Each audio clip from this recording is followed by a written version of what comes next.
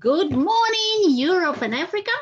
Good evening, Asia and Australia, and good night, North America and Latin America. I'm very glad to welcome you at our Unicorn Cup finals. We are broadcasting live to the whole world.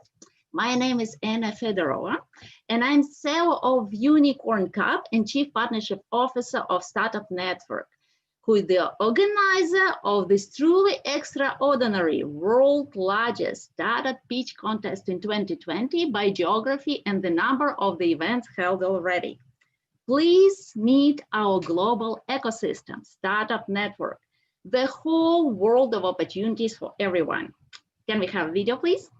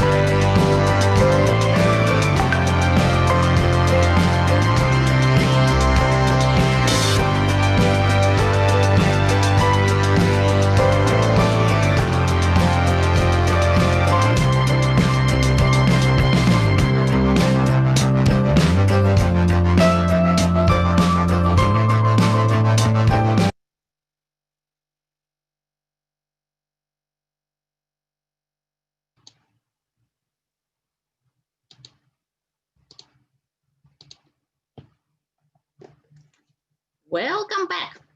I am really glad to see every one of you.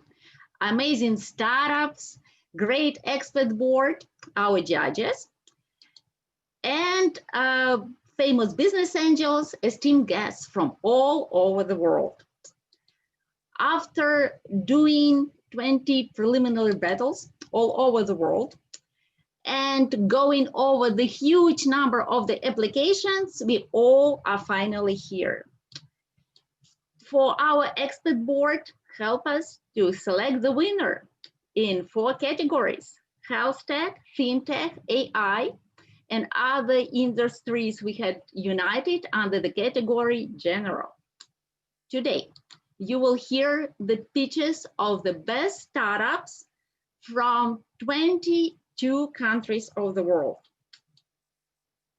Please also visit our expo, where besides startups pitching live, our startups are exposing great innovations and solutions they had managed to do.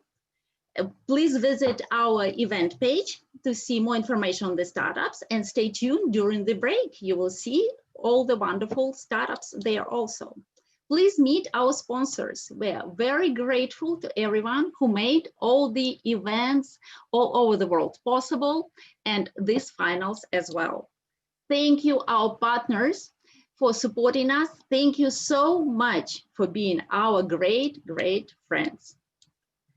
Our startups are divided today in 2 groups. First group will be health tech and fintech startup. Second group, AI and section general. Each startup will have 3 minutes and for live pitch, and 3 minutes for questions and feedback from the juries. Dear startups, please name a country you're from and turn on your video for everyone to see you. Please meet our great expert board, our juries who are helping us all through this season to choose the best startups. That's all from my side. Let's battle. And I am passing a word to my great colleagues, the girls who made many wonderful events possible all through the season. Please greet Lena, the head of the Asia, and Kate, who is the event manager for the region. Lena and Kate, the stage is yours. Let's rock and roll. Lena, you're muted. We don't hear you.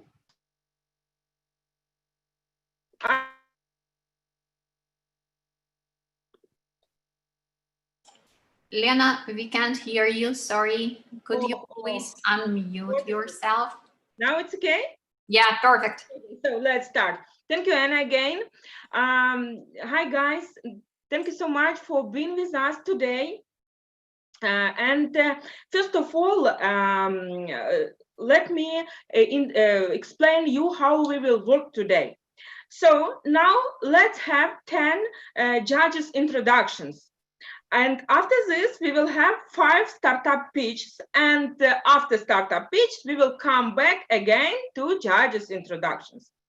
And dear judges, please introduce yourselves and your funds shortly for 1 minute, pointing out the industry, check size, geographical location, and startups you invest in. So who would like to be the first one? Maybe our CEO, Alexander. Alexander. Hello, Lena. Thank you very much. Welcome to our final today.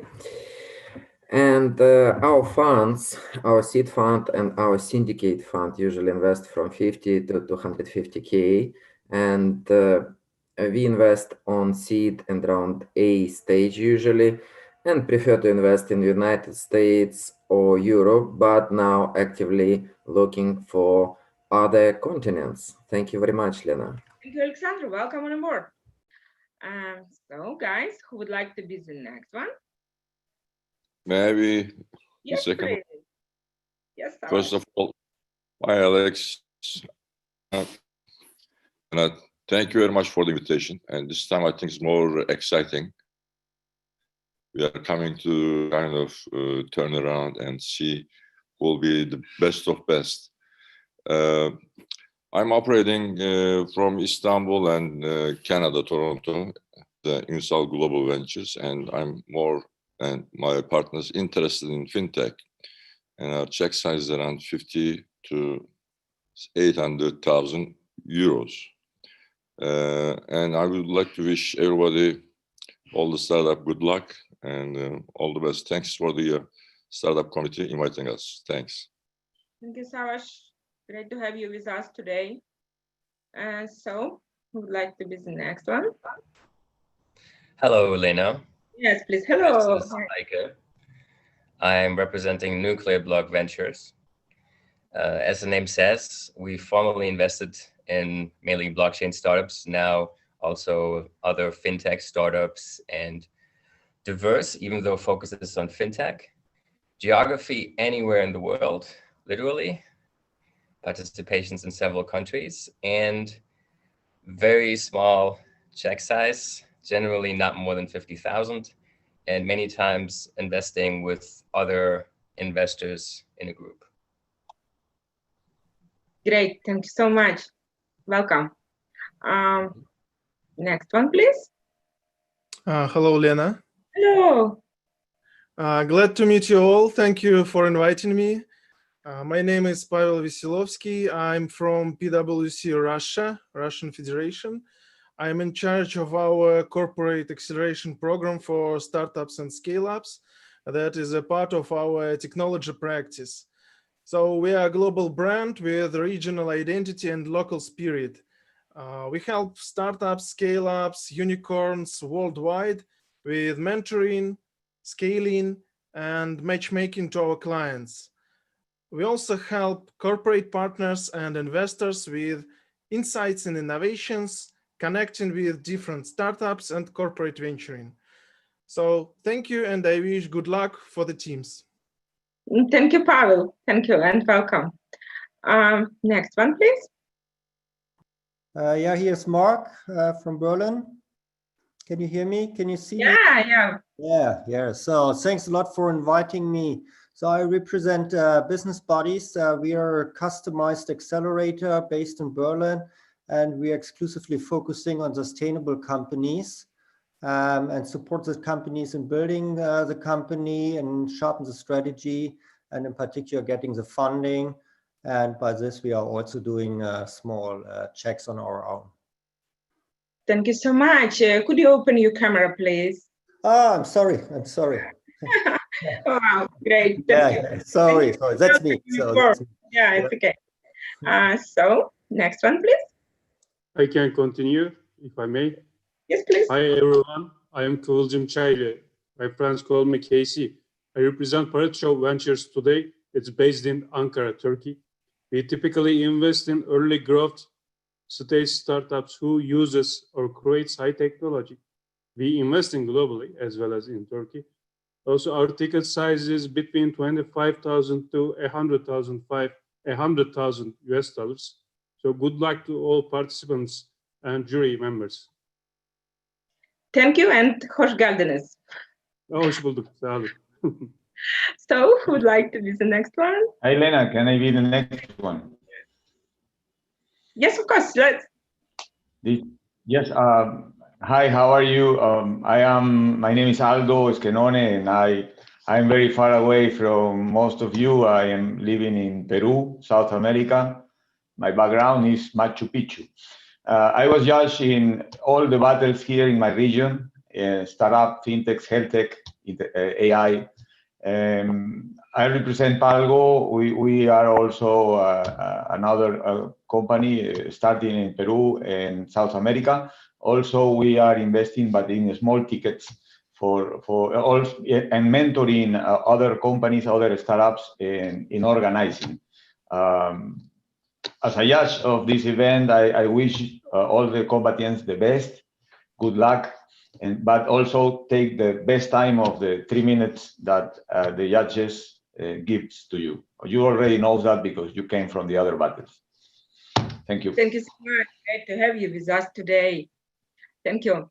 Who would like to be the next one, guys? Yes, my name maybe here. Yeah, hi. So my name is Daniela Herman, the founder of the Topan ecosystem. We are mainly since 10 years growing and scaling companies and accompanying them with innovative financial solutions and closely working with investors. And we involve as a toolbox on all levels of what needs the company to prosper. And we are mainly focusing on economic, ecological, and ethical value development. So companies that comply with that DNA are companies we accompany globally and industry agnostic with teams across the world. Thank you. Thank you so much. Thank you and welcome. Next one, please. Yeah, sure. I'm happy to. Oh, go ahead. Go ahead. Ladies first. Yes. Thank you. So my name is Mel Rosa. I am with ISUM, the technology transfer company of the Hebrew University in Jerusalem, in Israel. We do have 3 investment arms. We have 3 VC funds, one dedicated for healthcare, one for ag tech and food tech, and the last one for nanotechnology. Glad to be here. Thank you. Thank you and welcome. Next one, please. Yes, yeah, please, sure. yeah, sure. Yeah, nice to see everybody today. My name's Gary Fowler, and I'm a serial entrepreneur. I've done 16 companies. In fact, from Israel, I was on the original team of Click Software, which was sold for $1.35 billion.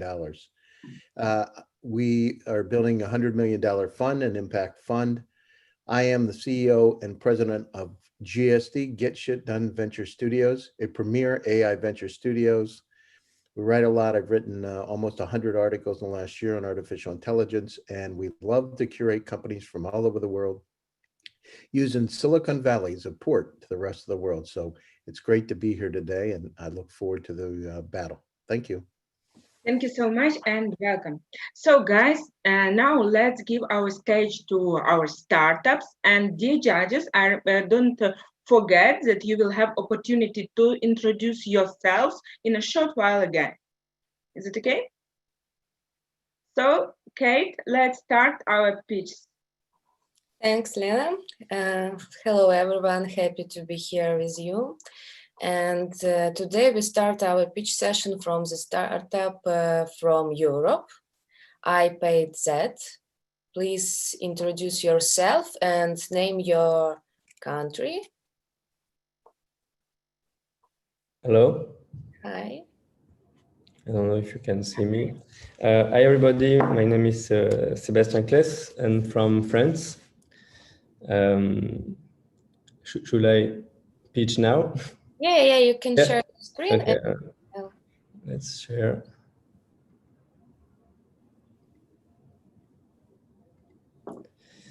All right. Everybody can see the screen? yes. Yeah, full screen, please. So, hi everybody, my name is Sébastien Kless, so from France, and I'm the CEO and co-founder. Full screen. Sorry? Full screen. Could you make full screen, please? Yeah. I don't know how to make full screen. I think it's already full screen. Hold on. Just click on present now. Yeah, push present. Yeah. Right. Yeah. Press F5 if you want. It will give you the full screen. Function 5. Is it better? Sorry. All right. Is it better? Yeah, it's better. Thank you so much. Perfect. Is it the first slide? Okay. Come back to first slide. All right, it's back to first slide. So again, I am. My name is Sébastien Kless. I'm CEO and co-founder of IpaidThat from France. So at IpaidThat, we realized that when you manage your finances in a company, you have two concepts. You have the concept of invoice in one side, and you have the concept of bank transaction in the other end. Can you see the first slide, please? What? This is 6. It's not sync with when I'm full screen. You don't see. I am on the first slide right now. There's something wrong there. Yeah. All right. Is that okay this way? This is the first page, but as they mentioned, you have to put it to full screen. Yeah, but when I do that, you cannot see when I change slides. Actually, I think we can all see it. So why don't we just continue without full screen? I agree. Okay. So what we realize at IpaidThat is that there is two concepts. One concept, bank transaction, and the other one is invoice. And the problem is that they are often dealt separately. For example, you will store your invoices in a Dropbox to give them to your accountant. But by doing that, you don't know if everything is in there. You don't know if you've forgotten anything, and you don't know if you have any duplicates, and so on. So what we focus on IpaidThat is to merge these two concepts together and to compare in real time all your bank transactions with all your invoices in order to generate useful reports like missing invoices, debts, receivable, and duplicates. How does it work? We have 4 parts, which I'm going to call bricks. The first brick. Still seeing the first page. We can't still the first page. Yeah. You can just switch them on the left, I think. Just switch them when there is 1, 2, 3, 4, 5, and we will be able to see them. On my screen, I am on the third screen. We still see the title page. Nothing more. Okay, I'm gonna share again. Sorry about that. Here. Yeah. Okay.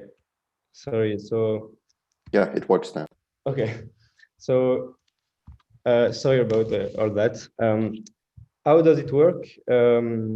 So we have a first part which will help the entrepreneur to aggregate all his suppliers' invoices in one place. So you will connect your supplier's websites and your mailbox, and every invoice you receive will be automatically integrated into the system. The second part will be to deal with all the invoices that are paper, like ticket, receipts, paper invoices. So it's a web application, mobile application that will help you to snap pictures of these invoices. And the third part, it's about sales invoices. That it's a tool that will help you create quotes and send invoice to your customers. We have a layer of artificial intelligence here that will extract information from the invoice, total, taxes, date, due date, and so on at almost 100% success.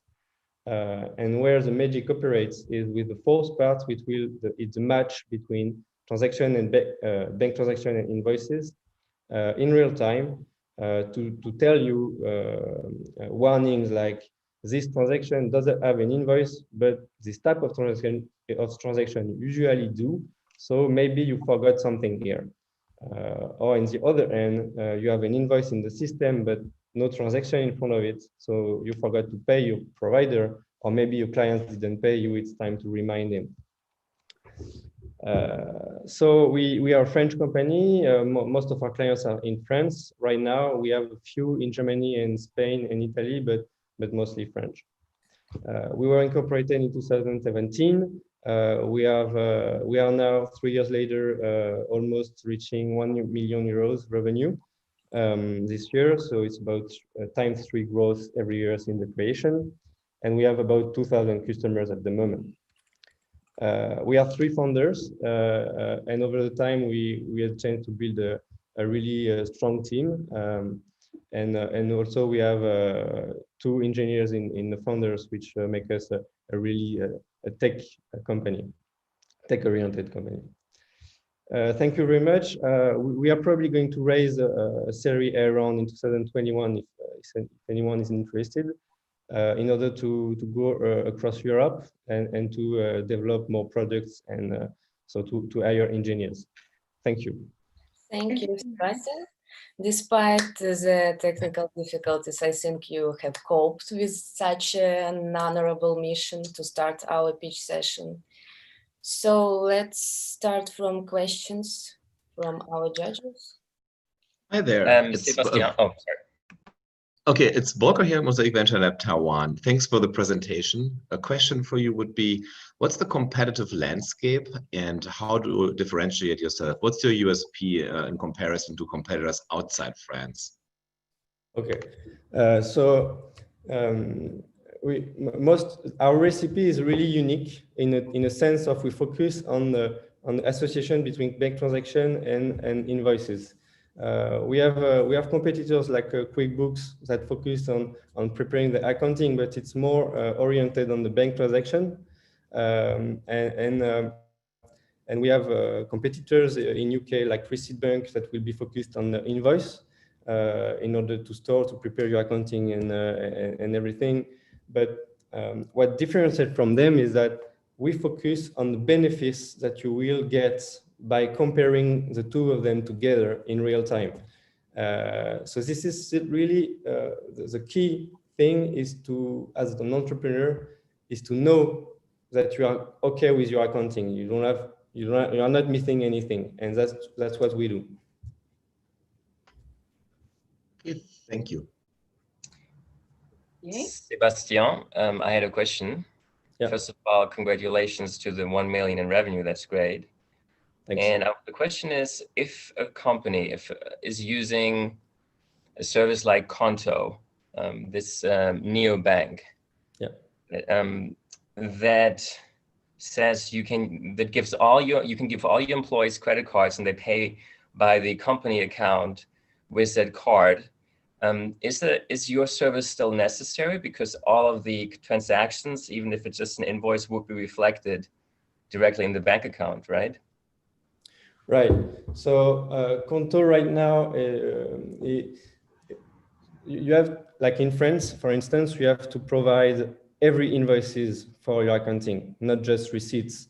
So what we do is really like to aggregate everything at the same place. If you are a really small company and you only have 1 bank account, it's Konto, and you want to do everything on the bank account, yeah, you can do it on the Konto website. But most of our clients are a little bit bigger. They have often more than 1 bank, and this is where you cannot do that at the bank side anymore. So in IpaidThat, it's your product. It's not your bank. It's not your accountant. So if you want to change bank, you can anyway anytime you want. If you want to change accountant, you can. Your data is on your side. Okay, so large companies have more than 1 bank but still need your service. Yeah. Okay. Okay, thank you very much, Sebastian. We need to switch to the next participant. Thank you for great speech. So the next startup from the fintech industry, Money Verbs. Please introduce yourself and name us your country.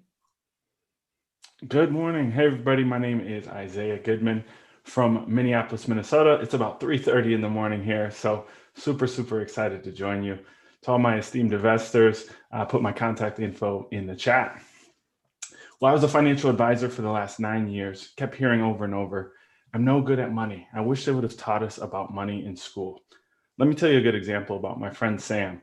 He had horrible credit, no savings, no budget, and we worked together on his financial plan. Now he's engaged and buying a house, really just the American dream. Well, what I found is that there's not enough people getting that help. Over 40% of student loans are expected to default in the next few years. The average family pays $1,300 in credit card debt interest alone per year. And over 61% of families said that they couldn't cover a $1,000 emergency. So obviously financial literacy is not working in America. Welcome to Money Verbs, where you can experience money differently. The number one way that we heard that people learned about money was through experience, which means they messed up. Money Verbs allows users to practice money more like a skill or an instrument, where you're able to get the right behaviors and the right skills before you mess up. It's kind of like driver's ed for personal finance. We want you to get to your skills right before you get out on the road. What's really great about it is it's so interactive and immersive, and it's very diverse with intention. We built this thing so that the people look like those using the app. One of the things that I'm really excited about is the impact that we can make even just starting in America. There's over 4 million college graduates per year, about 20 million college students in America. And of course, Gen Z is gigantic. So we know there's a huge market. Our spearhead, our tip of the market will be on those just graduating. With our competition, we have this really big blue ocean strategy. So because things tend to be either expensive or very boring. Where Money Verbs shines is that it's very low cost and it's extremely interactive and personalized. Now we have a really interesting model with 3 big points over the next few years. First, we're going to have a freemium to premium model where you have simulations, cohorts, challenges, lessons, and case studies. As we evolve, then we'll be able to have this personal financial modeling system 2.0, where understanding leads to action, Money Verbs. And last but not least, we see this being a potential super app with worldwide integrations, where you're able to hop on Money Verbs and manage your money in your personal financial life through insurance, investments, etc. Minority founded team here again in Minneapolis, Minnesota, with over a decade of experience in technology, finance, and entrepreneurship. A lot of traction. We made it into Techstars and G Beta. We've got over 1,000 monthly active users, and we're super excited to launch our premium features coming in the summertime. With the right amount of capital, we think that we'll reach about 2.4 million in revenue, over 230,000 users, and we'll have about 20 months of runway with a 50K burn rate. And our 9-to-1 LTV to CAC ratio is where we expect to be. So super excited to help reach our goals and can't wait to talk to you guys down the road. Thank you. Thanks for being on time. So, dear judges, your questions? Okay. So there are so many actually financial management apps or programs, platforms in the world, a lot of them coming from China. I've noticed that you have potential partner Grab, which is like a mega service for Southeast Asia, and they most probably will partner with the Chinese or Japanese platform. What differentiates you from these services? Because it looks to me like like another financial management platform. I appreciate that. Yeah, and it's not just financial management, it's financial training. It's built off of Bloom's taxonomy, Maslow's hierarchy of needs, and the hierarchy of competencies to, again, teach financial literacy more like a skill. So you have challenges, simulations, lessons, and a community where you can chat with each other to, again, learn. So remember driver's ed, where you can get a little bit better, a little bit better, a little bit better at the skills before you manage your finances. Okay, thank you. So I understand that the problem that you're solving from this side, what problem you solve for the user? I mean, what do you think the main problem you're solving? Yeah, so in my 9 years of experience as a financial advisor, I kept seeing people being stagnant because they didn't know how this stuff works. So of course, you know, Robinhood is a fantastic investment app here in America, but there's millions of people who won't invest because they don't know how stocks and bonds work.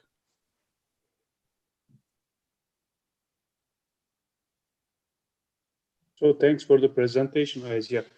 What's your revenue model? Revenue model is a premium from a freemium model. So we'll have ads, sponsorships, and channel partners. And then we'll start with a premium version at $70 per user per year. And down the road, we actually see it as a B2B play, where our large employers, you know, Walmart, Amazon, etc., could offer this as an employee benefit. Thanks. Could your product be useful also for teenagers? Teach them before they start, you know, earning money? Yeah, so our beachhead is going to start with those who are starting to earn money. So, you know, those college graduates, but you're totally right. We could extend this down to our 12, 13, 14-year-olds to get them the right skills ahead of time. It seems like you're focusing mainly on a target market, which is not the rich, more middle class, maybe even lower middle class. Don't you think it might make, I mean, probably thought about this, sense to make it free for those people, but do lead generation and get a commission for all the leads that you're generating? Because it seems your platform would be perfect to do all kinds of leads for financial services. You're totally right. Yep, a freemium model. So it'll always be free to anybody that wants to access it. Premium would unlock additional content.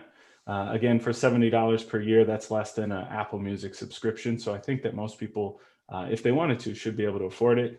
And you're totally right about the lead gen. We see that as a huge, huge play to be able to lead to taxes, credit cards, insurance, investments, and more. Thank you very much. Thanks for the speech, and sorry for the sleepless night. I love it. The next one will be Nullary from Asia, and it's healthtech industry. Aidan, please. Hi, everyone. Can you hear me well? Yeah. Perfect. Thanks so much. Really, really excited to be here. My name is Aidan. Nullary is a digital therapeutics company based out of Malaysia. Happy to be here. Let me know when I can start. Yeah, you can start. Perfect. Okay. So long before global pandemics dominated headlines, there really existed another silent pandemic claiming tens of millions of lives a year. Chronic diseases such as cardiovascular disease and diabetes affect over 1 billion individuals in Asia, causing an economic burden of over $100 billion a year. And coupled with medical inflation rates that are among the highest in the world, there now exists a tremendous irony for insurers and employers who are paying more and more every year for care, yet people are getting sicker and sicker. And while the existing healthcare model is effective at treating acute conditions, it is extremely ineffective at treating chronic conditions, which require long-term structured care. The existing healthcare model suffers from 3 key shortcomings. First, it is reactive and transactional, where patients seek care only really when they are sick. Secondly, increased specialization in the healthcare ecosystem means that chronic disease patients typically do not get the multidisciplinary care they need. And finally, wellness programs tend to focus on activities rather than quantifiable health outcomes. While the shift to telemedicine solves issues related to accessibility, it still does not solve these 3 key issues. At Nullary, we believe the future of chronic care management is a world where there is proactive and long-term structured care for patients that integrates both mental and physical health and focuses on outcomes rather than activities. Holistic lifestyle modification has been proven to be extremely effective, but it is typically very expensive. So Nullary solves this by digitizing the entire process to make chronic disease care as affordable as ever. Nullary's solution is a human-led structured digital coaching program, which instills healthy habits in individuals, leading to quantifiable health outcomes. By shifting conversations to text-based chat, our coaches can now serve 10 times the number of patients than before, dramatically driving down the cost to serve. In the back end, we use AI and machine learning to help coaches further personalize their coaching at scale. We're a B2B company, which helps employers screen and identify individuals who are at risk of chronic disease and intervene to get them healthy. The Nullary program has shown to be effective at improving health outcomes, both in physical and mental health markers, reducing chronic disease risk and achieving an ROI of between 4 to 8x. And with this data, corporates are finally able to quantify health expenditure savings, and insurers can now reprice their risk. We started in Malaysia 2 years ago and have quickly expanded to Singapore and Indonesia, where we have partnered with our 4 key client groups: corporates, insurers, pharmaceutical companies, and healthcare providers. And recently, having hit our $1 million ARR milestone, we expect to continue growing 3 to 4 times year on year. We've assembled an incredibly experienced team who have built and IPO'd companies in the past, worked for the top consulting firms in the world, such as McKinsey & Company, and who have deep experience in healthcare, psychology, and tech. Over the next year, we have ambitious plans to grow geographically and continue investing in building our IP. But most important of all is us staying true to our core goal, to help people achieve their healthiest and best selves. Thanks very much. Thanks, Aidan. Yeah. Let's get down to questions. Sure. Yes, please. I would like to ask, please. Thanks for the pitch. How to deal with the data? How to integrate the data? How to have access to the patient's data? Yeah, so what we do is we actually proactively screen individuals. So when we work with our corporates, we typically actually run blood tests to get like a baseline set of chronic disease risk data. So we do things like kind of measuring your BMI, your HbA1c, blood glucose, your lipid level, etc. And we actually kind of work with labs and integrate with labs to get that data. From that baseline, after the intervention, the 4-month program, we then kind of run a post-test again. And that's how we kind of quantify the healthcare improvements. So you do not deal with previously obtained data from the patient? I don't know, X-rays from 20 years ago. Yeah, so actually that's a really good point. So there are 2 parts to this, right? One is a proactive screening model that we run, but we also work with corporates and insurers and kind of their third-party administrators to look at kind of retroactive claims data to help identify the group that is disproportionately claiming, especially on chronic disease. So combining the previous healthcare claims data with proactive screening, we believe we kind of have a model that really kind of gives you the bang for your buck. Okay, thank you so much. Any questions else? Yeah, I like to. What a great presentation. Please give me more detail about your market reach. Are you only focused in the US? Are you focused? Are you also in any part of the other countries? Yeah. How can we get? If not, then how do we make sure that we can reach from all the way from Africa? Yeah, really good question. Thanks so much. So currently we're in 3 countries in Southeast Asia: Malaysia, Singapore, and Indonesia. The rates are slightly different depending on the country.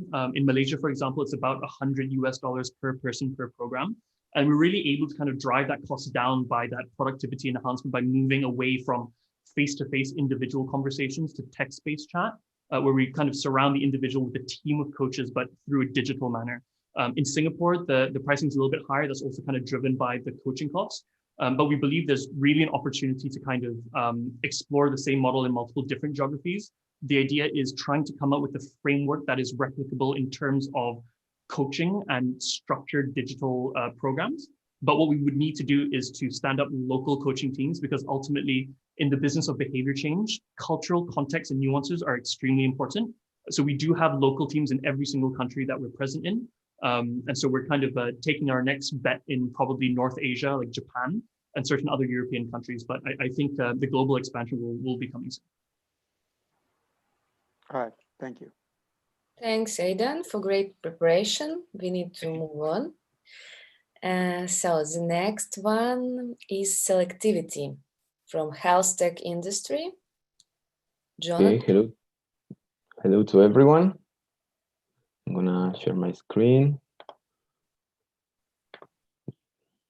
Let me know when you can watch it.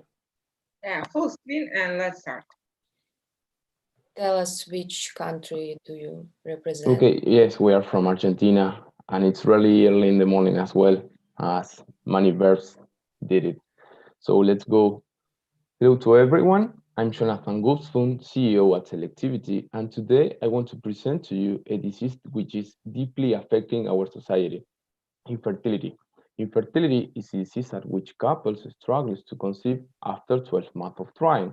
The World Health Organization has recognized it as a public health problem a few years ago because sperm count and ejaculation has fallen 52% during the last years and it continues to decline, and also because its incidence has been increasing, leading to over 70 million couples affected nowadays. It means that 1 out of 5 couples are struggling to conceive, and among them, 3 out of 4 couples do not have access to treatment.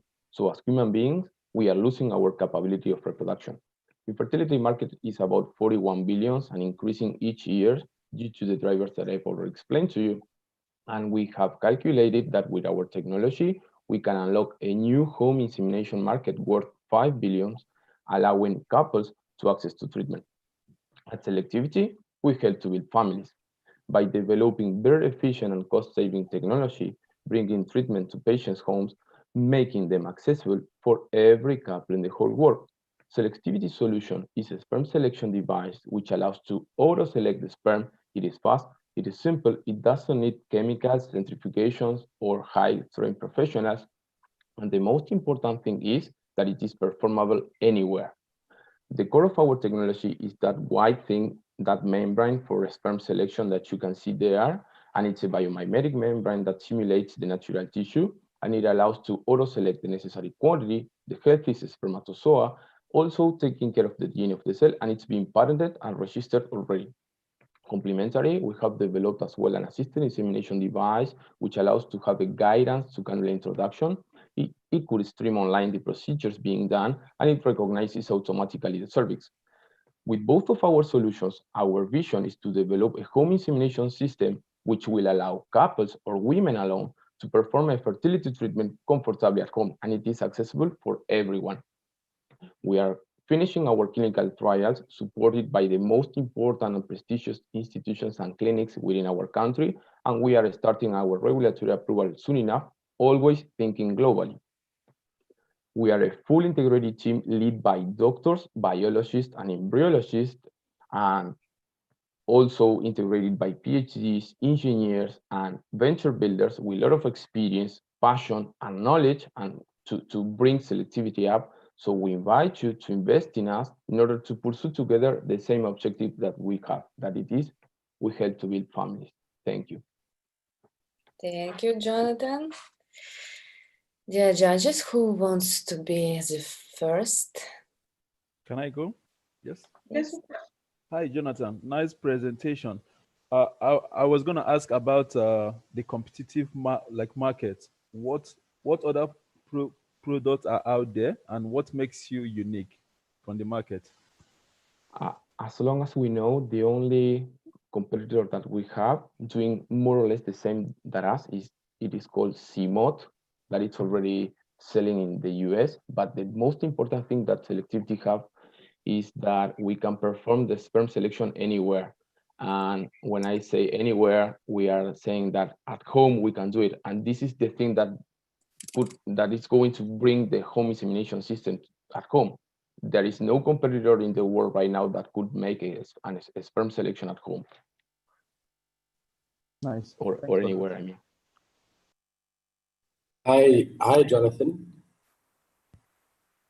Hello. Hello. Hello. Yes, I'm listening to you. Sorry, I'm trying to get my video on. It's not seems not to be working. Yes, I cannot see you. I don't know where you are. I'm trying to get this video to work, but if it's okay, I'll just ask you a couple of questions. Go ahead, along with my video. Nonetheless, what is the cost of the home insemination kit? I mean, the cost of artificial insemination as a process to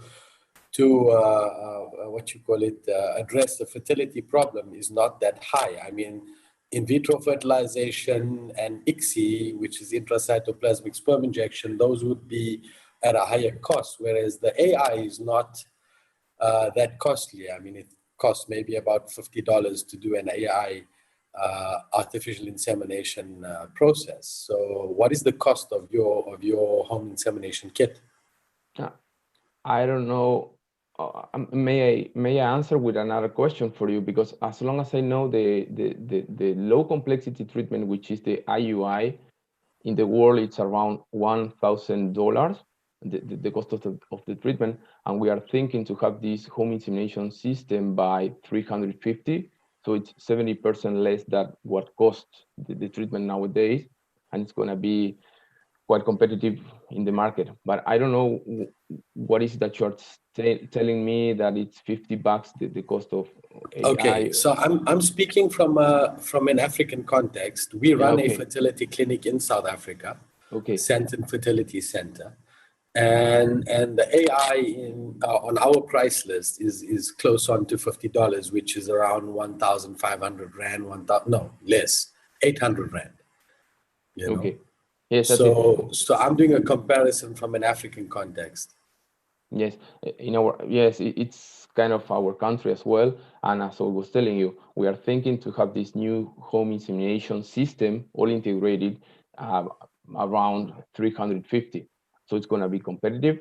And the most important thing is that, for example, in our country, in Argentina, for a couple to be accessible or to get this IVF or ICSI treatment, they need to go first by 3 IUI. So within the cost of 3 IUI, we can sell almost, I don't know, 9 or 10 products of ours. So, and even so, they can try comfortably at home, because you may know that they've been trying for 12 months. There are a lot of anguish, fear, and anxiety. So when they get to the clinic, it's quite difficult. And we are making them not go into the clinic instead of taking the clinic to the home.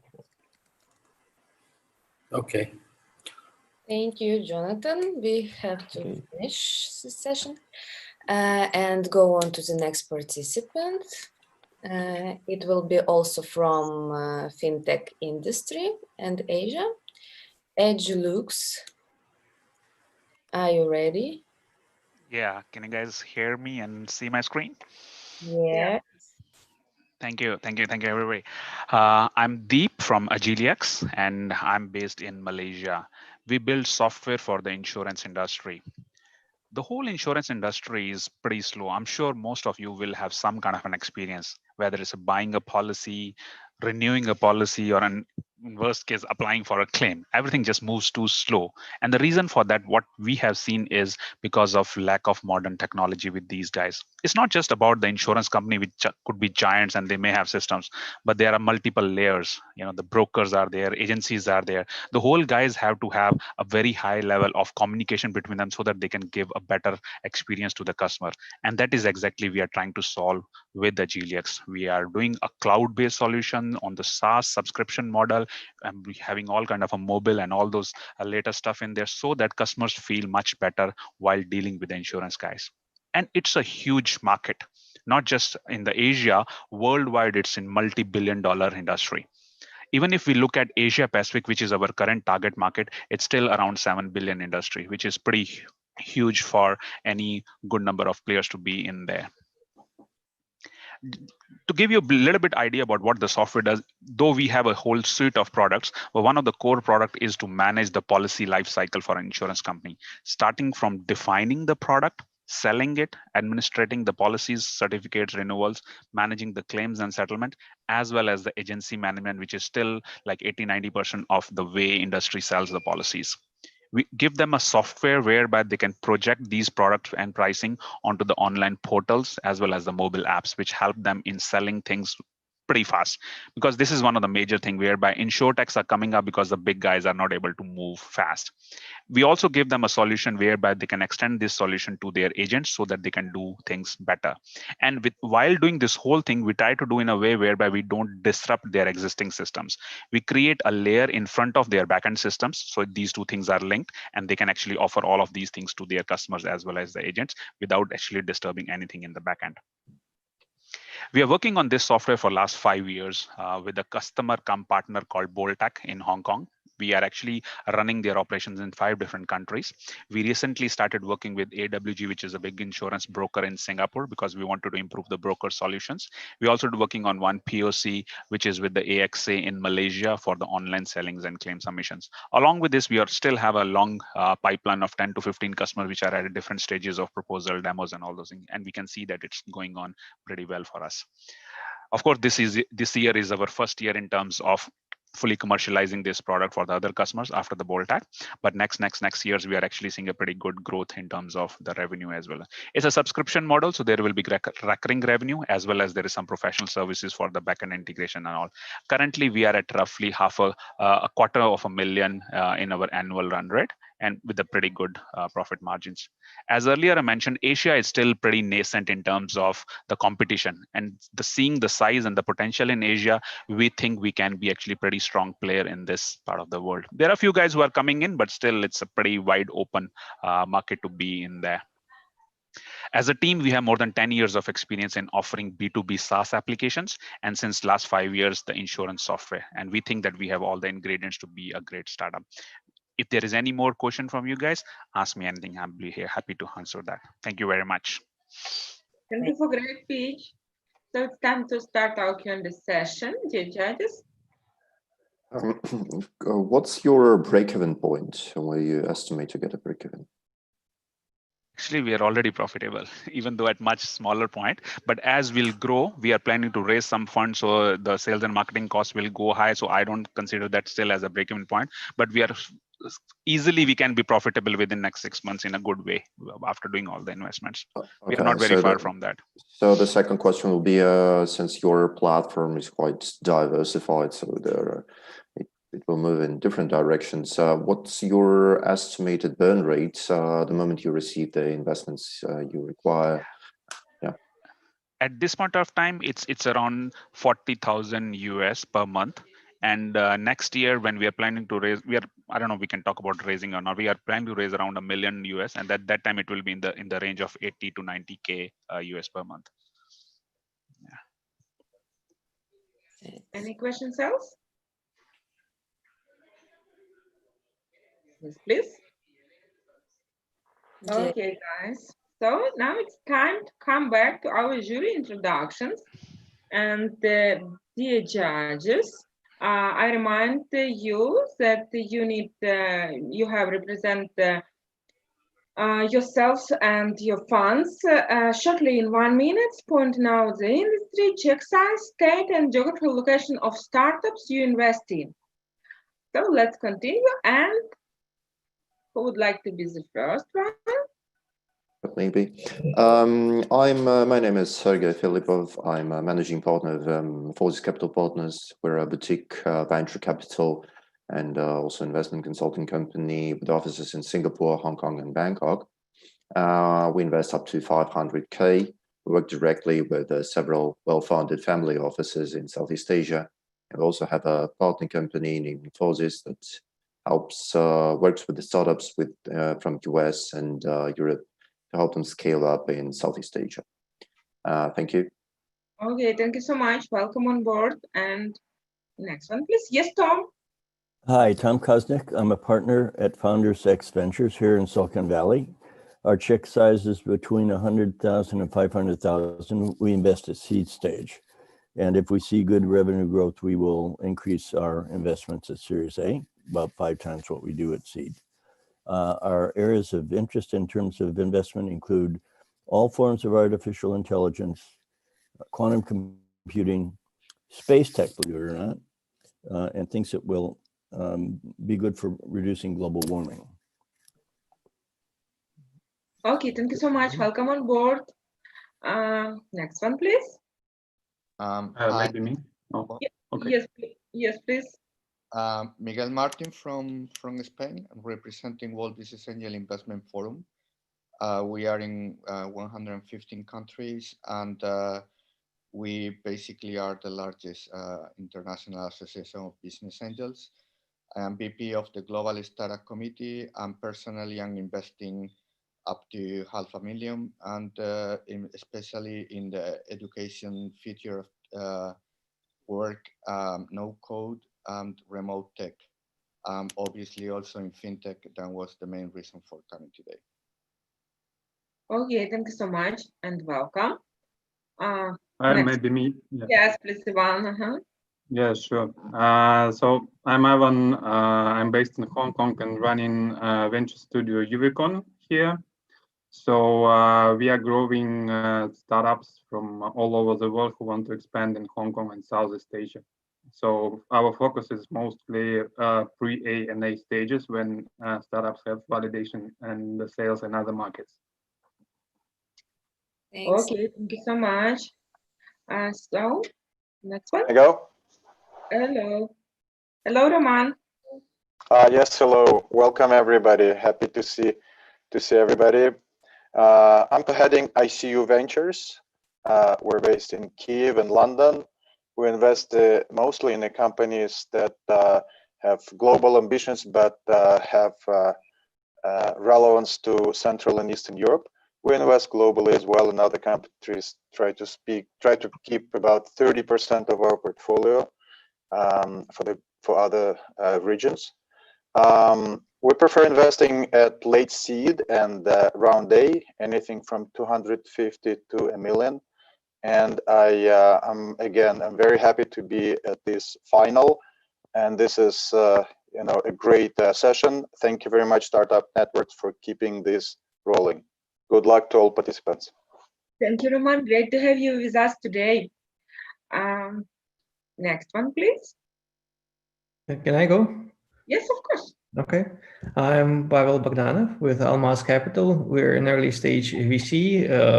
The team is between the US and Europe. Sweet spot is around $5 million. We like companies that have development in Central Eastern Europe. So happy to be part of this event. Thank you. So much. Thank you. Welcome. Next one, please. Hello, everyone. What a great session. Great judges, great panel. Thumbs up to the team. It's always a pleasure being here. I've been part and parcel of this great initiative for some time now. I'm really, really honored. My name is Kevin Ayeba. I am based in Johannesburg, South Africa. I'm heading an organization called Set Up a Startup. We are focused on getting startups to be investment ready for you guys, the investors, but also creating, giving them access to market. When we look at, we're really encouraging, investment from international investors like you guys, both global and continental, to look at into our ecosystem. We're having some great startups coming out of Africa, and we are like the links between the middle and between you guys and Africa, in making sure that you have the best startups are ready for your investment, and that's who we are. Okay, thank you so much. Welcome on board. I can go next if you want. Gary. Yeah, so it's great to be here. My name's Gary Fowler, and I'm the CEO and president of GSD Get Shit Done Venture Studios. We're a Silicon Valley-based venture studio. I've personally been involved in 2 unicorns. I was on the original management team at Click Software, which was sold for $1.35 billion. And for those in Russia and those areas, I'm David Yang's partner in Abbey, in EVA. David is from Abbey. Anyhow, we're an investor. We operationally take roles in companies, and the whole idea is that there's a great deal of intellectual capacity, evenly spread throughout the world. Our idea is to take that intellectual capacity to Silicon Valley and to take the incredible AI companies to the market. So it's great to be here, and I'd like to thank everybody. Thank you. So much. Thank you and welcome, Gary. Here. Please. Finland. Jarmo is here. Yes, please, Jarmo. Yes. Hello, everyone. My name is Jarmo Haapalainen. I'm a venture partner for SmartUp Capital. We have a 150 million euro fund in Luxembourg targeted to land high-tech and new innovation companies through New York to the US markets. At the same time, I'm personally active with more than 30 Finnish or Nordic high-tech startups landing to all over the world. Thank you. Nice to see you all here. Thank you so much and welcome. Hi, Elena. I can go next. Yes, Subrata. Yeah, hi. This is Subrata based out of Bangalore, India. I am a venture partner with our Ventures, which invests up to $10 million in early stage startups in India and outside India. I specialize in deep tech, fintech, and health tech. So happy to be here on the Unicorn final. Thank you. Nice to see you all. Thank you so much, guys. So now it's time to come back to our startup pitch. And I remind you that we will continue jury introductions after next 5 pitches. And now, Kate, ready to announce our next startups, next participants. The next will be Clinic Pesa, fintech startup. Thank you so much. Hi. Please introduce yourself and name us your country. I'm Onyencha Crispinus from Uganda in Africa. And let me know when I can start to present. Super nice to meet you. You can start. Can you see my screen? Yes. Yeah. Sure, Tim. Thank you. Good luck. Thank you. Do you believe a human life is worth $1.50? Angel, a 23-year-old mother, could not avail it, and that not only cost her life, but also denied her newborn the first motherly embrace. In Africa, insurance penetration stands at 2.8%, leaving over 1.2 billion people without access to healthcare financing. In Uganda, where I come from, it's even worse, whereby 42 million people do not have access to healthcare financing, leaving only 0.7%. This is highly attributed to the high cost of insurance and the mindsets of the African communities. And also looking at by the country, there is a big opportunity for Clinic Pesa to actually be able to solve across Africa.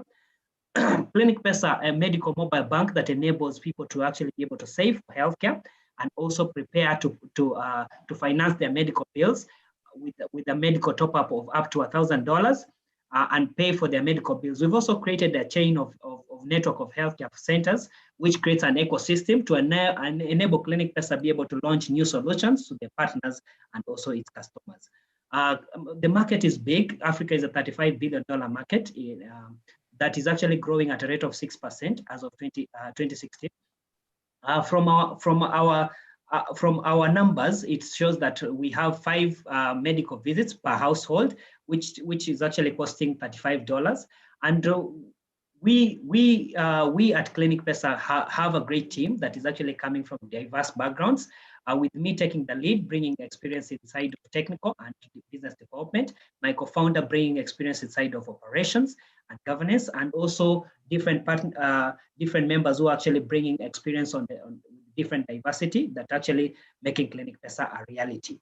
How we make money through revenue, cost of funds that the cost of funds, the savings that are actually being saved on Clinic Pesa, loans that we actually give out to every customer, and also transactional fees at the point of withdrawal for the healthcare centers. We are not the first to actually be doing this. Insurance companies have been doing this, but then they've been doing it a little bit wrong. And Clinic Pesa has taken an approach that is actually giving the customer affordable convenience and a solution that is independent of their income. It captures for different markets. We've done quite a lot since its inception. We've done pilots, and now we've partnered with the commercial bank, and also partnered with the telecom company to be able to scale this over 12 million customers in Uganda. And also we are looking to scale in the rest of Africa with MTN in the different markets that they're actually operating.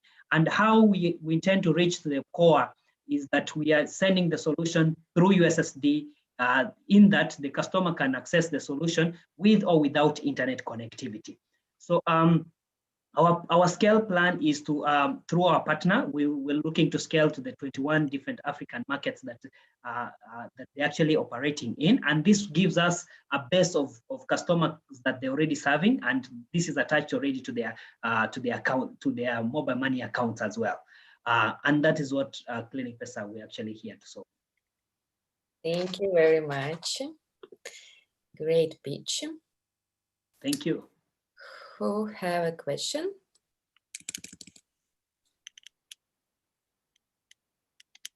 Dear judges, don't be shy. Our schedule is very strict, so. Hi. Hi, Kabir. Hi, I was actually fortunate to be a judge on the panel that voted Clinic Pesa into the Unicorn Cup finals. I don't have much questions, except that I have a statement to say that I previously commented that Clinic Pesa had a very well thought through pitch. They've got a good team behind them, and I'm quite excited to see them at the finals, and I wish you good luck on this. Thank you, sir. Thank you so much. Thanks for the support. When are you going to start your operations? Come again, sorry? When are you going to start your operations? A good question. So we've already started the operations. Today we've partnered with over 800 healthcare partners who are actually serving an average of 50 new daily patients.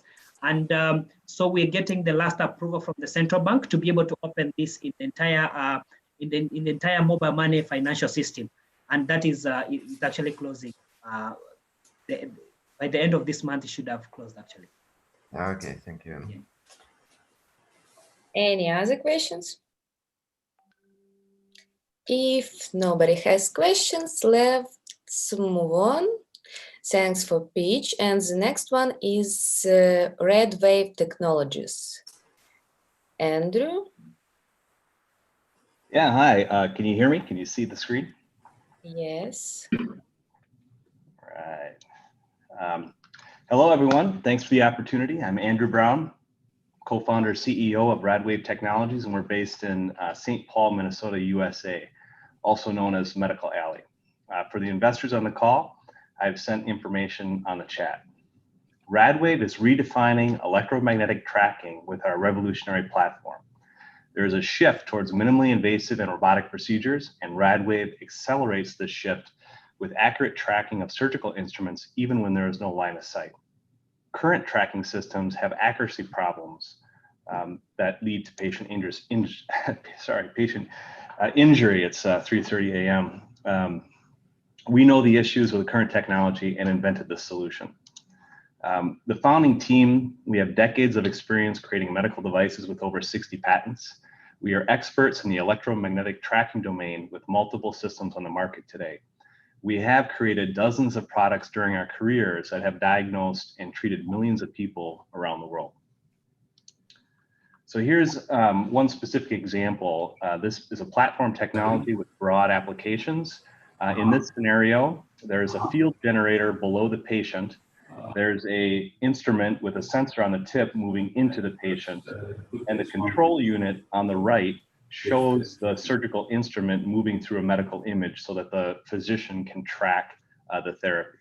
And so these are our first three products: the antenna, the sensor on the end of the surgical instrument, and the control unit. So the current problem is there's an off-the-shelf solution on the market. It has 45,000 installations around the world. It was invented back in the early 2000s. It's thick, it's bulky. You can't use interoperative imaging with this platform. It has small navigation volumes and inaccuracy when there's interference in the field. Option two, you can build your own. Tens of millions, years to develop, and very complicated. The founders know we have done this for a variety of companies. And both solutions are inaccurate when there's interference, and both have small sensing volumes. So our solution is a customizable tracking platform that's always accurate.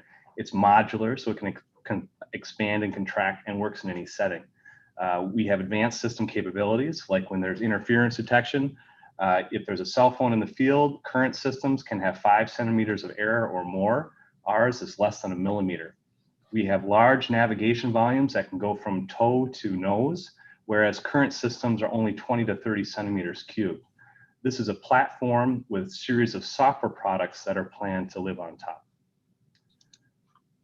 So Radwave is grounded in a strong, scalable business model. Our platform is integrated into our customer's medical device, which will generate service revenue. Each time our customers put their system in a hospital, we sell capital. Each time physicians perform a procedure, we'll generate revenue from consumables. So there are many millions of procedures growing very fast, over 10% year over year. So this is our beachhead medical device. It will be in a variety of other industries soon. Starts at 700 million serviceable market. We are launching now, actually. So our pre-market launch is now. We're just generating quotes, closing sales now. We have a 100% pitch to sales ratio at this point. So for investors, this is your chance to get in early as we start to ramp our first sales during pre-market release. Thank you very much. Contact information is on the screen.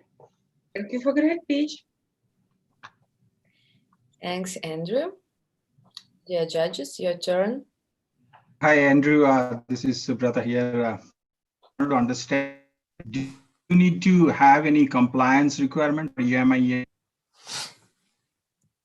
So Radwave will sell our technology into existing medical device firms. They will validate, they will submit to the appropriate agency and commercialize with their commercialization teams. The team comes from medical device companies, so we know where all the roadblocks, expenses, and time go. And so we have designed our beachhead to be laser focused on early revenue fast. Thanks. Hi, Andrew. Yeah, I wanted to ask how long it usually take from the moment you introduce your solution to a potential partner clinic until they implement it.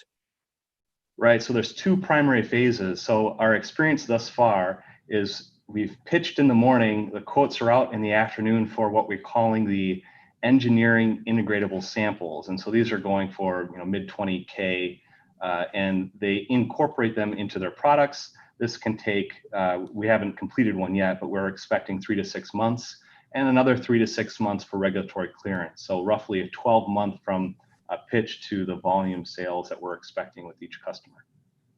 Okay, and your current burn rate is, and you expect the burn rate the moment you receive the funding? Actually, we've already raised 1.8 million in seed, and so we're planning a next capital raise to go through this commercialization activity. So current burn is roughly 80K per month, and we expect that to go to 120 with additional sales and R&D expense to integrate these systems into medical devices. If alternatively, we can use service revenue to operate the company, so we're not dependent upon the raise as well. Thank you. Any other questions? So I'll give one other aspect if time allows. So I gave a therapeutic. There's also motion control. And so we have 2 support letters from top-tier medical device companies in the US for robotic surgery control. So right now, many know you're using Xbox controllers, these mechanical things. Radwave has IP on how to control these surgical robots. So we intend to move down that path as well. Okay, thank you. If you will have questions, you can chat with Andrew privately here in Zoom. So the next one is fintech startup, Red Capital. Are you ready? Hello. Hi. How are you? I'm Gustavo from Chile, South America. Great. I'm gonna share my screen.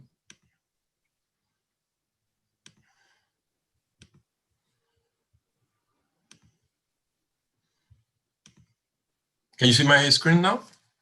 Yeah. Let's start. Perfect. Well, Red Capital is one of the biggest crowdlending platforms in Latin America. We focus on loans and invoice discounting to small and medium businesses. Many SMEs don't get the money they need in banks, so they have high rates in other financial institutions. With Red Capital, they get better rates.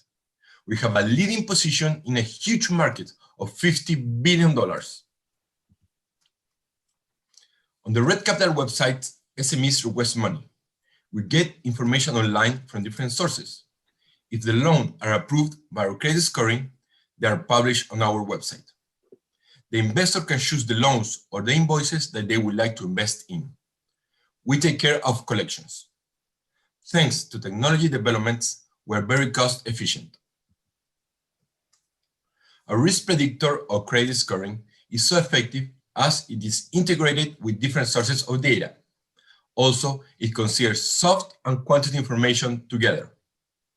Both technology development and our risk predictor set us apart from our competitors, giving us a real edge, which I believe is key to our success. We offer a wide range of financial solutions to the SMEs: factoring, loans, leasing, and loans to microbusinesses. We charge commission to the investor and to the SMEs. On average, we earn 2% of the amount of the loan. Red capital is used by retail investors, also by funds and family offices. Thanks to Red Capital, SMEs have reduced their financial cost by 37%. SMEs have received more than $160 million through Red Capital. Investors receive a 10% return per year. A risk predictor has resulted in our having 1% default record. We have been growing more than 100% per year. We have important recognition abroad. One key factor to our success is that we enjoy helping SMEs. We love to work at Red Capital. Another key factor is that the founders have different skills, so we complement each other. In summary, we have a leading position in a huge market. We are best-in-class technology and customer experience. We have proven capacity to attract customers, and more important, an understanding risk selection. With Red Capital Peru, we show we can grow quickly in other countries. Red Capital will keep growing around 100% per year. Now, we want to raise capital to expand to Colombia and USA, and then we're going to Mexico. Thank you very much. Thank you, Gustavo. You even finished earlier, so we will have more time for questions. Who has? There is my information on the chat. Yep. Yeah, you have US expansion in your plans, but the microfinancing, microcrediting is a complex market, and it will be hugely, I mean, you will have a quite significant problems expanding to US because of, legal implications and all that. How are you going to deal with this problem? Yeah, we're thinking, well, we have two things. First, we have a partner in Florida. We raised capital last year with a fund that is based in Florida. So they have important knowledge about the market in Florida. And the second is there's many exportations from South America to US.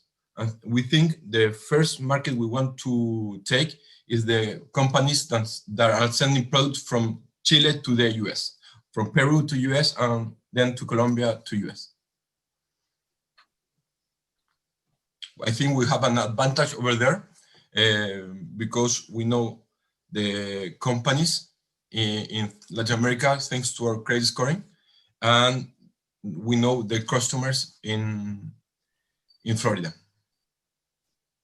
And another question would be, what's your unique selling points comparing to another competitors? Because at this moment, it sounds like, okay, this is a microfinancing platform, but I have difficulties understanding how it distinguishes from other competitors, apart from the, let's say you have connections with some companies and you can sell more effectively your product. So what's your USP? I think that, as you say, this connection gives us important information, and our credit scoring have a very good track record, less than 1% of default record. I think that is the main difference with our competitors, that we can do it online, and also we can do it relatively well. Thank you. Thank you. We also have questions from our guest about your evaluation and IP, but I think you can answer to our guest in the chat. Okay, Okay, Gustav? Perfect. Thank you very much for a great pitch. We need to move on. The next one is Brighter AB, healthtech startup from Sweden. Yes. We don't hear you. There. So, can you hear me? Yeah, now it's great. Let's start. Hi, I'm Henrik Nordstrom, CEO at Brighter. We are on a mission to improve the lives of millions of people suffering with diabetes. Diabetes is a huge problem and growing rapidly, and it places a massive burden on society. Oops, I can't seem to. There we go. So that's really the starting point here.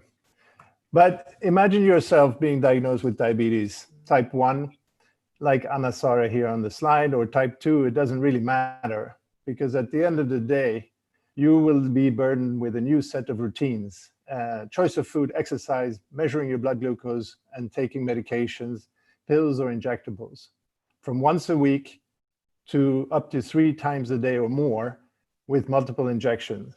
And this is what Brighter is addressing with Actis Diabetes Management as a Service. And what do we want to achieve? I mean, diabetes is a chronic disease. It will always be present. It will never go away for the patient. Regular things that people that don't have diabetes take for granted is a struggle for people with diabetes.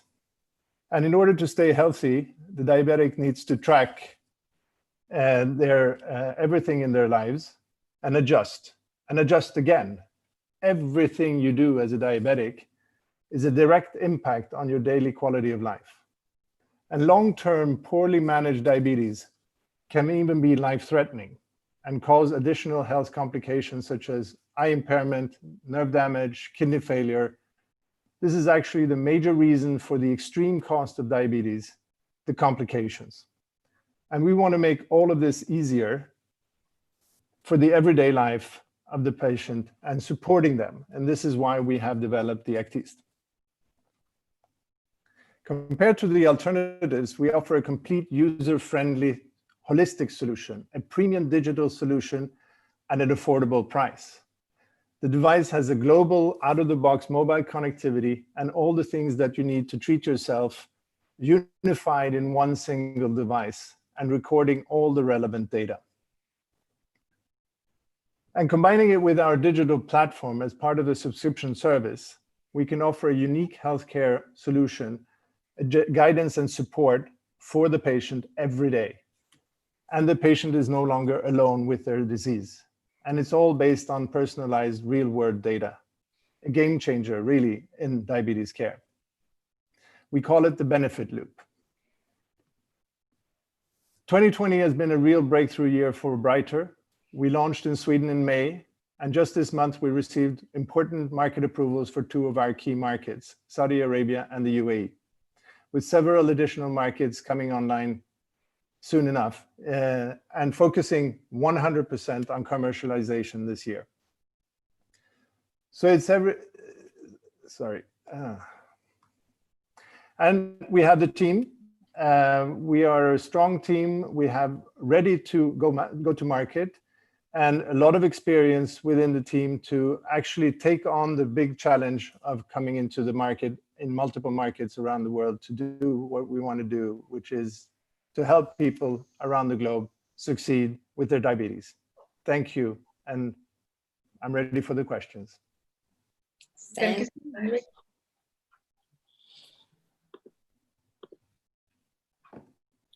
So, judges, we are ready for the questions. Hi, Henrik. So, great presentation, thank you, and a great product, actually. I have a quite important concern. So, since this is a not life-saving, but very life-dependent device that the life of a person who has diabetes might depend on, then if this device malfunctions or fails, then the life of a person might be threatened. So in this case, you need to have first a very big amount of money stashed for potential legal claims. and how you generally think you might deal with these problems? Well, I think there are two aspects to your question. One is obviously, what is the risk assessment, right? So the blood glucose monitor is an important aspect to check on your blood glucose values. If the malfunctioning of the blood glucose value, you can see that on the screen, then you will not actually administer your insulin. The insulin pen is a manual insulin pen, so it's not an automated injection based on the insulin value or the blood glucose value. So that's one part of the actual risk management. The other one is the insurance part. And as a group, we've already signed up for the insurance policies for those markets that we enter into. So we do take that aspect of control. Another aspect is, of course, the fact that we are a digital solution, which means that we can, with one of the patents that we have is the monitoring of the device from remote to actually predict over time. The more users we have, the higher the probability is that we can actually predict the malfunctions and actually recall the units before they actually become potentially risk for the patient. Okay, thank you. And I also know that you've did IPO in Sweden. What's your current burn rate with this money that you received? We're a public company, so we don't disclose this information. We have our financial reports that are published every quarter. Okay, thank you. Henrik, one question. Why do you expand to Indonesia and United Emirates? Well, I think on a very, very simplified perspective, we basically decided that we want to help as many people as possible.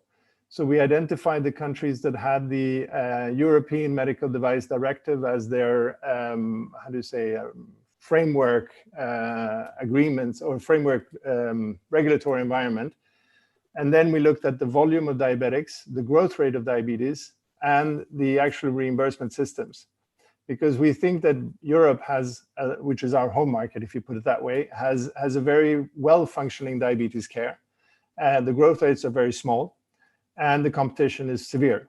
Whereas in Southeast Asia, you have an explosive diabetes growth. You have a large volume of diabetics already diagnosed, but you have a basically, I would say, faltering healthcare for the diabetics. In the UAE and the GCC, it's obviously they are in the financial position, which is much stronger, but on the other hand, they have a very much larger portion of the population that has diabetes, and it's still growing. So those are the two aspects that we chose, the Southeast Asian markets and the GCC region. Yeah. Are you in talks or have you considered to cooperate with the big companies like Novo Nordisk on that? We are always in conversations with many of the pharma companies. We see the pharma companies as partners. We don't compete because we actually provide them with added value, because suddenly with our solution, they can actually start measuring the actual success rate and efficacy of their drug, of their medicines. Okay, thanks. Okay, any other questions, guys? Hi, it's Kabir, Henrik. Hi. Great presentation, great problem great solution to an old problem. So a quick question, during this pandemic, what we've noticed is that diabetes patients were considered as comorbidity patients, and considering that there may be future, well, hopefully not, we all pray for no pandemics going forward, but it seems that we are in anticipation of other pandemics coming forward.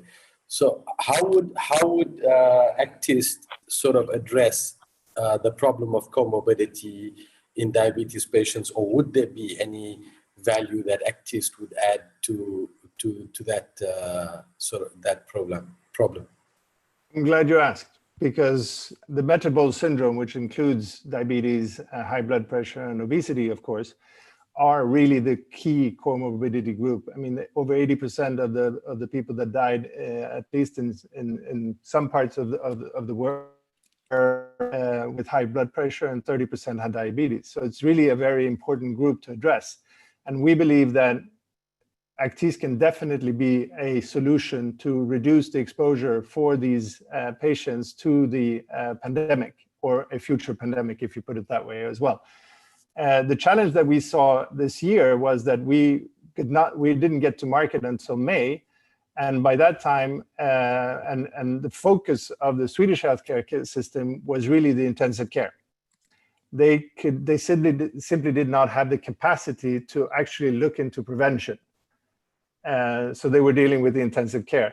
I think that in maybe the next round, which probably will occur, we will have been able to actually put ourselves in the position to actually enter into a preventive care situation to support the diabetes patients to not get necessarily as exposed to the pandemic as they have been in the first and second wave. I'm not sure if you've mentioned, but are you in a capital raising round at the moment? Are you guys looking for capital at this point? And if so, how much? Well, as I mentioned to the previous judge, we are a publicly listed company. So we have in our third quarter report and previous report that we will raise more capital as we are expanding our business, but we don't have a publicized capital raise ongoing right now, no. Okay. Okay, thank you so much. Let's continue our Q&A session in chat. So great. Yes, thanks, judges, for being active this time. And the next health tech startup named Predictive. Alex. Hi, can you hear me? Yeah. Make a full screen. And you can start. Hey, we are Predictive, DNA-based digital twin, which is a digital copy of yourself to predict and prevent diseases and adverse drug reactions. I'm Sajung, CEO and co-founder of Predictive. After receiving PhD in biomedical sciences, I went to NIH to do the CRISPR-Cas9 research, and for 5 years. And for the recent 4 years, I've been teaching genomics at Johns Hopkins University.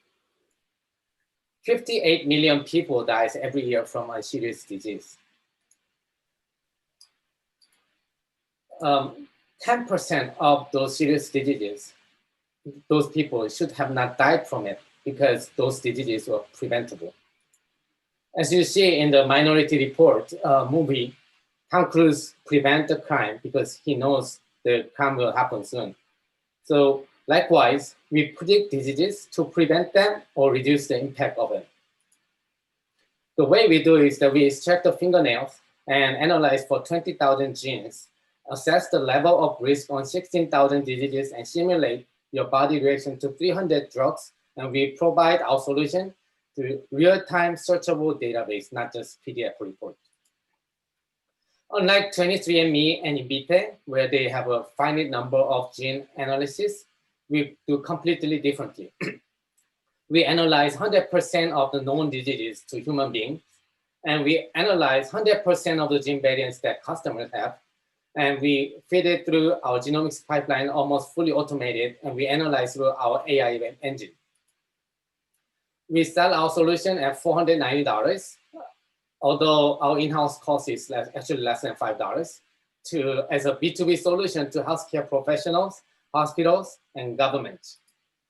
We have an excellent team in science, operations, and technology, and medicine. So far, for the last 4 years, we've been developing this solution, and we filed 2 provisional patents, one on genomics pipeline and one on AI engine that was validated by FDA from the recent COVID-19 challenge. That COVID is one of the diseases we are addressing out of 16,000 diseases. Every 4 minutes, someone dies from a preventable disease. Why is it happening? To prevent something, you need to predict first. So it is happening because predictive medicine platform is not available nor used.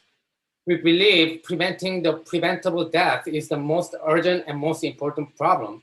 Our mission is to make sure no one dies from preventable fatal diseases anymore by providing digital twin of everyone for healthcare. Thank you. Thank you for the great speech. Dear judges, it's only 2 startups before the break, so don't be greedy with your questions. You know, the issue of your AI engine.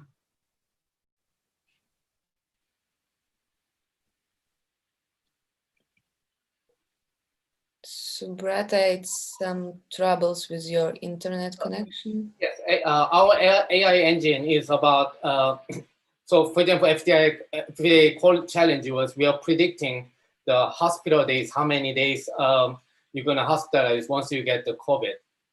So that, and then we got very highly ranked, and then so our COVID solution is like, you know, there are many couple of vaccines available, many drugs available. So based on the genotype, you know what drug to give, what vaccine you're gonna take, and we can take the assessment of your risk based on your genomics. Yeah, that's our AI engine and COVID solution.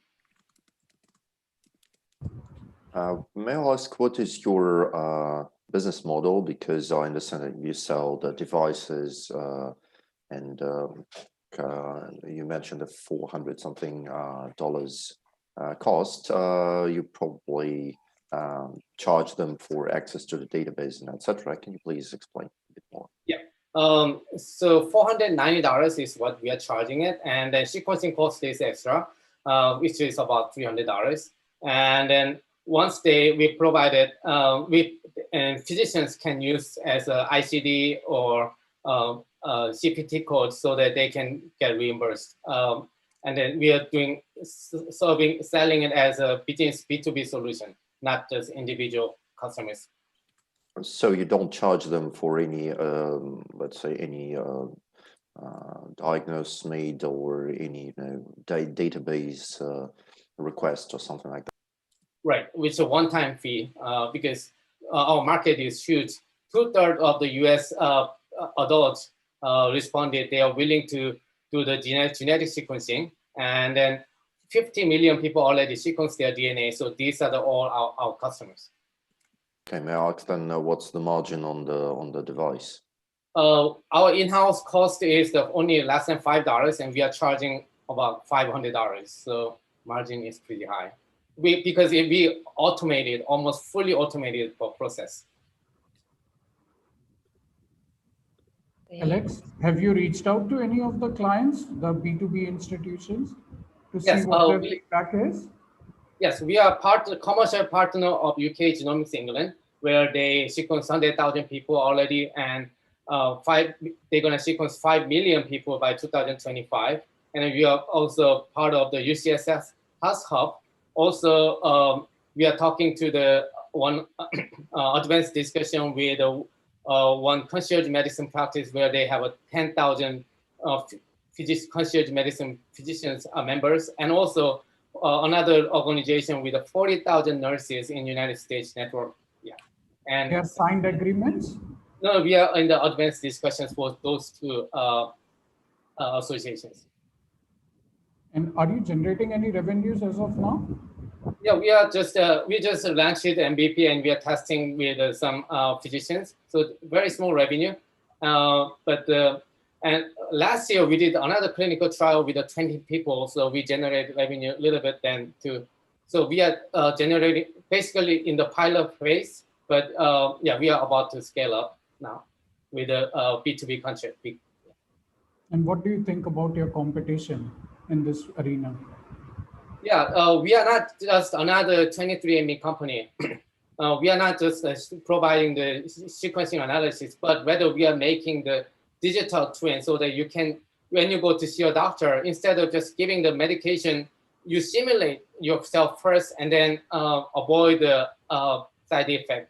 And when you, in terms of the, the disease assessment, we provide the most relevant genetic information. As you know, 50% for disease, 50% genomics, 50% environment. But nowadays, when you go to physicians, they only ask about environment, right? So this is revolutionary thing to provide. So we don't find any direct competitor, but there are some indirect competitors like 23andMe, Invite, but they are kind of far, a little different from what we are making. The pricing is much lesser than what you are proposing, right? Yeah, price is they charge about $100 to $200, but they are analyzing only 100 to 200 genes compared to 20,000 genes we provide, and the 16,000 diseases we analyze. They analyze only like 10 to 20 different diseases. Thank you. Thank you, judges, for being active. And thank you for a great pitch. Thank you. And the last but not least startup, healthtech startup of this session, Stemi Global from Slovakia. Introduce yourself, please. Hello, everyone. Let me send you greetings from our small, cozy office here in Slovakia, Central Europe.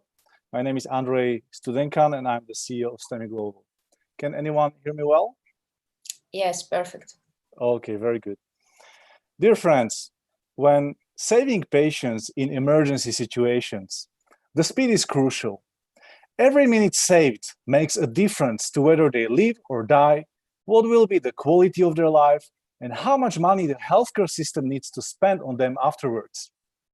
Medical rescue teams all around the world face one big issue: communication barriers. These barriers cause them to act in isolation, slow them down, and reduce their effectiveness. Our company has been dedicated to tearing down these barriers through powerful communication platform Stemi. Stemi connects doctors and paramedics in the field and turns them into one virtual team. It is used for the management of heart attack, stroke, trauma, and COVID-19 cases. Let me give you just one illustration.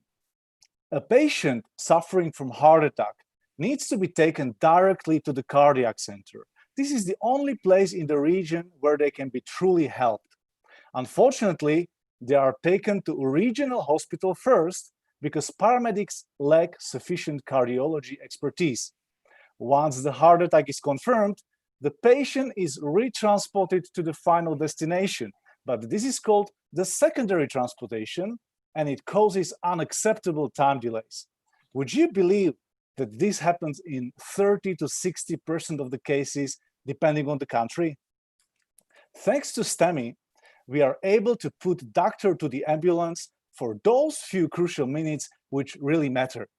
It is possible to diagnose the patient remotely, organize a direct transportation, transfer crucial patients' clinical data to the best relevant medical center, and ensure that their hospital staff is ready just in time. Using Stemi on a national level, we decreased average time to treatment, in this case, by more than 60 minutes. This basically means that the chance of immediate death has been reduced to less than half. Due to its tremendous impact, Stemi has received the number of awards. However, as you would expect, we continue enhancing our platform with new technology to increase our impact on the life-saving process even more. For example, right now, we are about to integrate a solution that digitizes the ECG curve and subsequently evaluates it on its own. It is based on an AI principle. Our company seeks to go global. In fact, we have received various expressions of interest from countries in Europe, Latin America, one of them from United States, and a couple of them from Russian-speaking countries. In fact, a couple of pilots are already in preparation. We are early revenue generating startup who is ready to scale up. The father of the idea is one of the leading cardiologists in the country, Dr. Martin, who has built around himself the team of professionals who are not only lean and agile, they are also very experienced and committed to the case. However, there is one more seat still empty on our train, so don't hesitate and join us in this telehealth revolution by saving minutes and adding life. Thank you very much. Thank you for great pitch. So it's time for Q&A.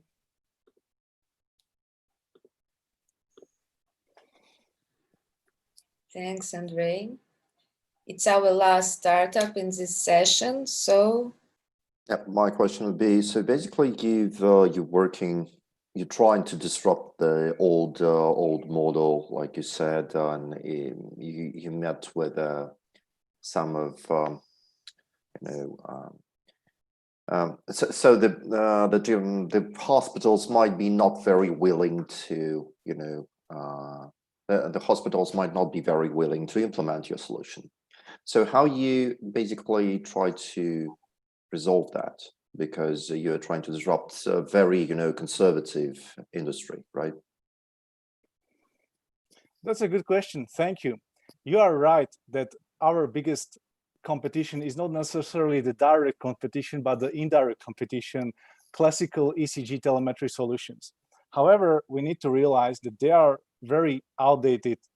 I would dare to say almost like an old-fashioned typewriter compared to the new mobile integrated solutions that are arising more and more. Our solution is so much more flexible. It deals with all kinds of diagnoses that the standard telemetry solutions can't. It's all in one platform, and it empowers doctors and paramedics in a way that the original solution doesn't. So even though there is a natural reluctance to anything new, especially in the field of healthcare, by emphasizing the right benefits for the doctors and paramedics, we are able to overcome these barriers, and we have already proven that it is possible in our country and a couple of other countries we are currently focusing on.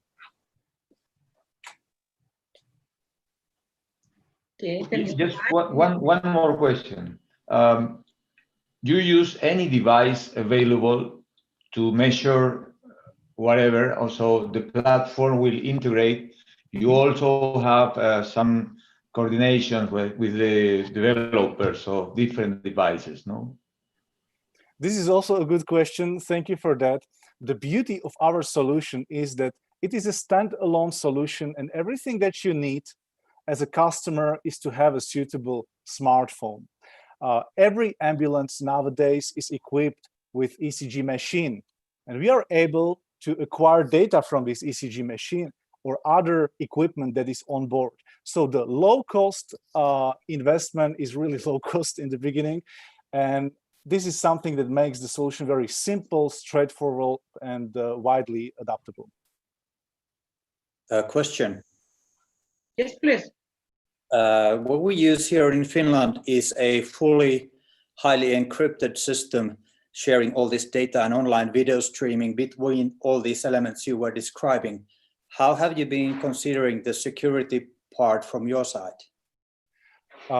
Our solution is working on a very high level of the security standards. All the data flow is encrypted, and we are continuously working on enhancement of this crypto security.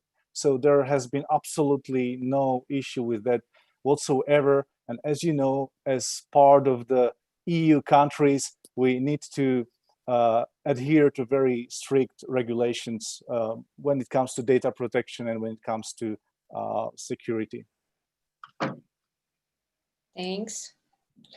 Any other questions? If nobody has question, we could announce a break. Sure. Yes, but before we do that, I would like to remind judges, please do vote for the startups you just heard. You heard the A group startups, fintech and healthtech. After a short break, we will hear B group startups, that is AI and all other industries united under the general category. So we are going for about 20-minute breaks. Please stay with us. We will continue on with the B group startups. A group startups, you will pitch again later on in a day as the sun goes over United States. And please stay tuned. I will see you all after the break. Anna, where is the coffee break? Coffee right here. Don't go, Aldo, anywhere. Okay. Yeah, right here. Coffee, everyone. Can we have video, please?